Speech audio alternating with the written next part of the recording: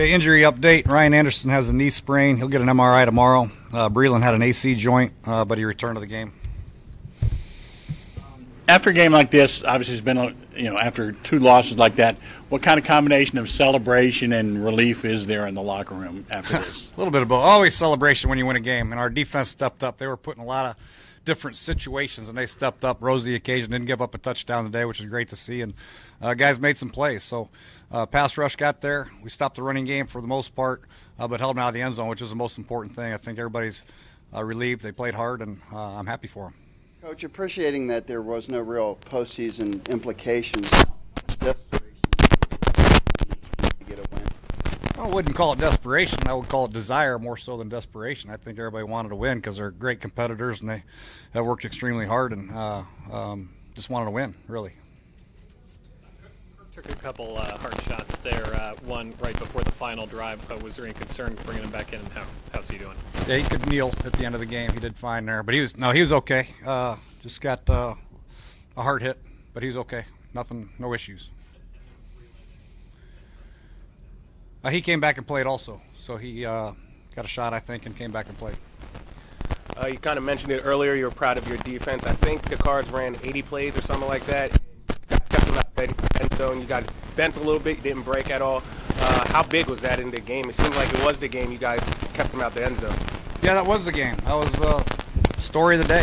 Their red zone offense against our red zone defense, and the ability for us not to give up the big play and keep them out of the end zone. So, offensively we didn't do a whole lot, didn't have a lot of opportunities, but for the most part, defensively did what they had to do, and that's keep them out of the end zone. What's that noise? Jay, after last week and all the talk about preparation and all that, how important was it to come out and at least get a win? It's important. We wanted to win. Everybody had a desire. Sometimes you can prepare well and not play well. Those are two different things. I think everybody has to understand the difference between preparing and playing well. And but for the most part, our guys have given great effort. Sometimes we give great effort and the score doesn't indicate that. But I'm happy the way our guys have competed, played, practiced, and prepared throughout the entire season and off season. What did you think of Anthony Lanier and Preston Smith and the flashes they showed you guys today? Yeah, Preston I think got a pick, covered a fumble, had a sack, so Preston was all over the place, the batted ball. Anthony Lanier showed up in a big way early, made a sack fumble, and had another sack and batted a couple more balls. So it was great to hear Anthony Lanier's name over the intercom a few times, see how far he's come along from a young rookie free agent. He's getting better and better, and sky's the limit for him. And Preston just continues to do a great job not only in the running game but in the passing game. He's getting better.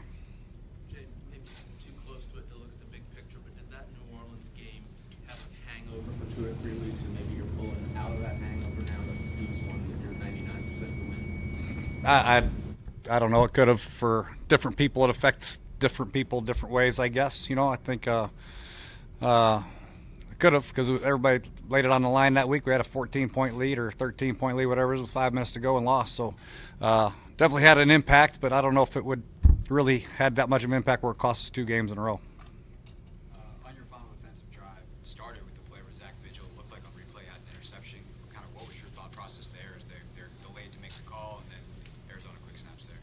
Well, I think it's got to come from upstairs because I can't challenge it. So it has to come from upstairs and should have been challenged. And unfortunately it wasn't because Zach, I believe, had that pick. Do you think about calling timeout there as you see them ready to quick snap to try to give the booth more time?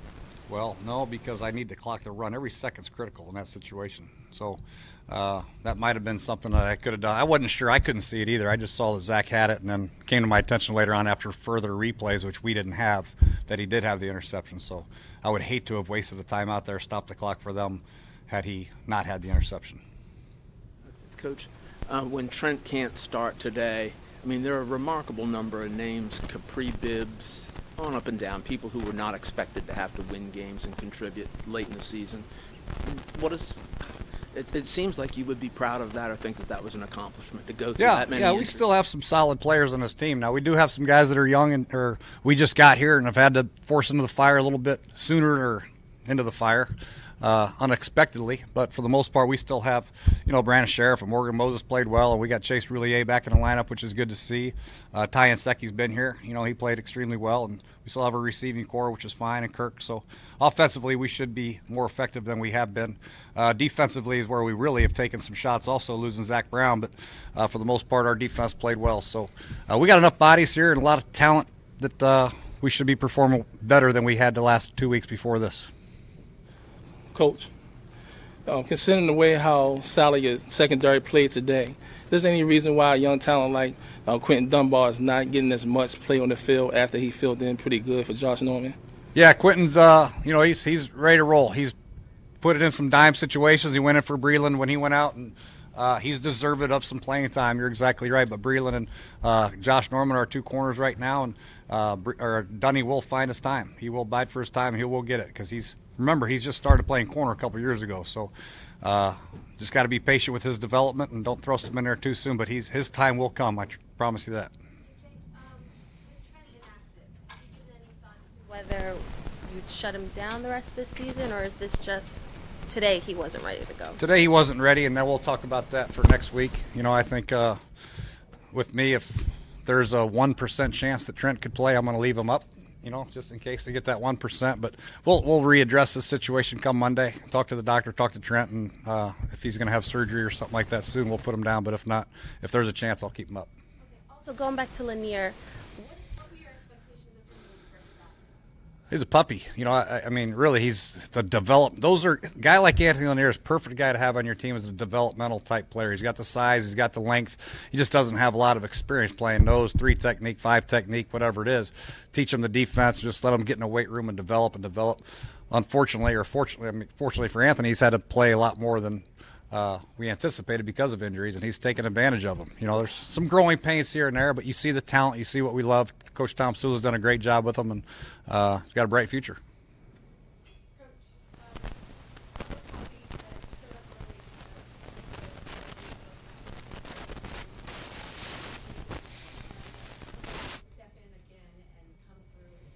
Big moment like that, what does it mean to the team? Yeah, I think it says a lot for Randy and his coaching style to get these guys ready to play, but also for Capri to come in here and really be diligent about learning what he has to do, as far as protections and route combinations and route concepts and audibles and no huddle that we did a little bit today. I think it's a credit to Capri and Coach Jordan, and then Capri taking advantage of the opposite he got. He ran a great screen pass and weaved his way through traffic, got a touchdown. Drew Holding called another screen pass and had a couple other catches for us that were quite significant. So happy for Capri. Glad he got his opportunity and took advantage of it. Special teams staff to open the half. Special teams down. They called A.J. Francis for putting his hand on the guy's back and using leverage, which really.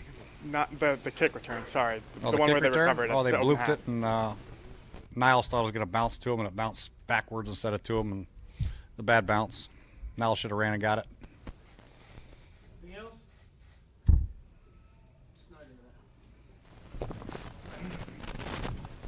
Coach, congratulations on going 4-0 against the NFC West this season. That's very hard to do.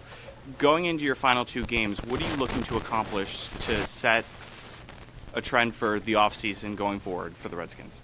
We always are trying to set our trend based on our habits as far as preparation and preparing and playing with great effort and great energy. So that's not going to change no matter what. Now we're playing against the Denver Bronco team, who I think probably has the best defensive personnel in football.